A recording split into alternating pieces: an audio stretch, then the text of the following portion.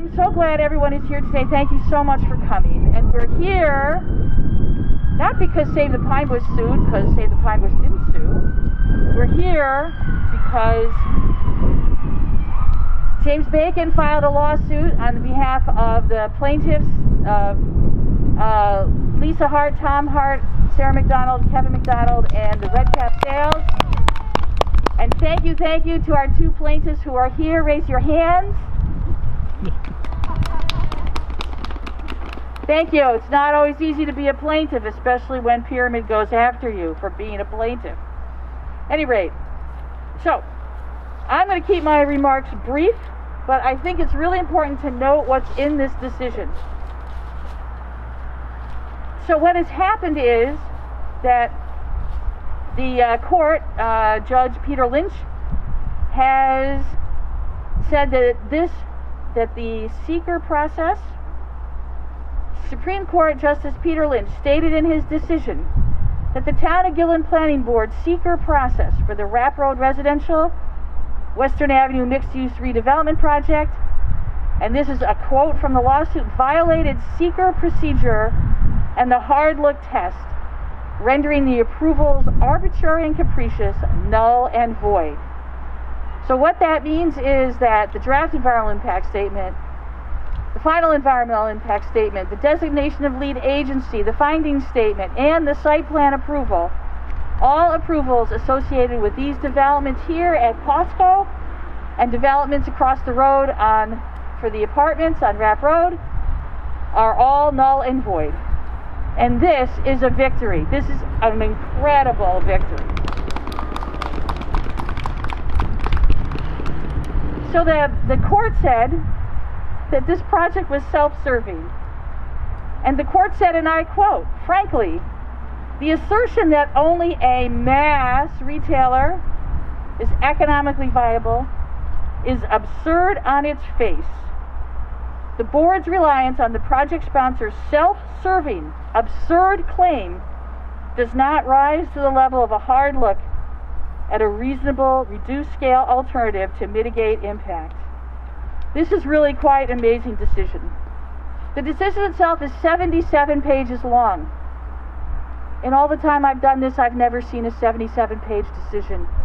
This decision goes through incredible detail, line by line, on what is wrong with the entire state environmental quality review process.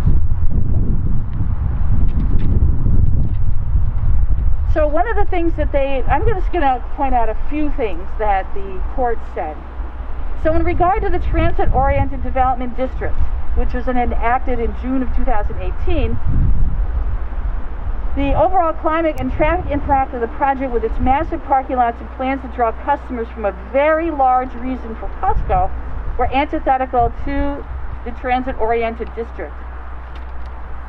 The court said clearly the record established that Costco is not a project which facilitates non-automobile oriented modes of transportation. To the contrary, Costco facilitates automobile oriented modes of transportation in direct contravention of the TOD. Now, one of the things that I'd like to read when I first looked at this decision, it's a long quote, but I think it's totally worth it because of what the court says. And the court says the following.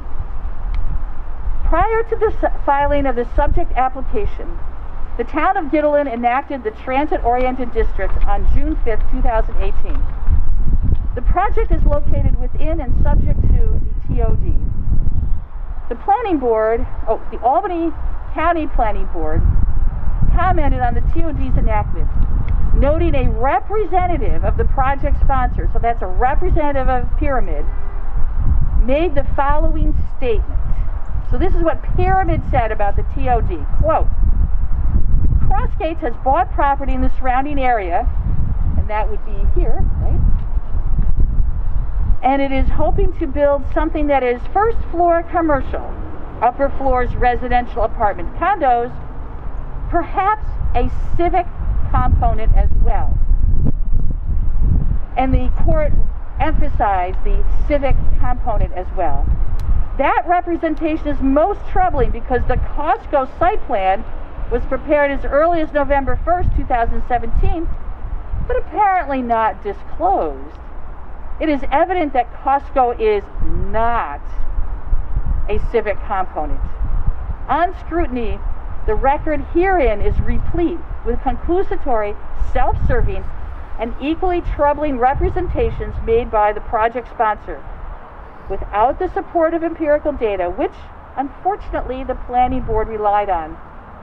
And the court concludes by saying, that is not the stuff that the State Environmental Quality Review Act hard look test is made of. I think that's a remarkable statement on behalf of the court.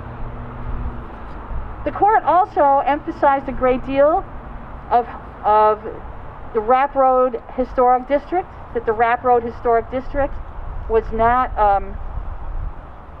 given the court recognizes the importance of the Rapp Road Historic District and how important it was to protect. But the court noted that the applicant did nothing to work on protection of the Rapp Road Historic District. For example, they didn't offer any alternative builds or building something smaller or any of those other things. And it's really interesting to me how much the court commented on the Rapp Road Historic District, because when James Bacon filed the lawsuit, he did not mention Rapp Road at all. He also did not mention the Pine Bush at all, though the court does address the issues of the Pine Bush and found that they were inadequate, that the planning board, the environmental review had not been adequate to address all of the issues involving the Pine Bush.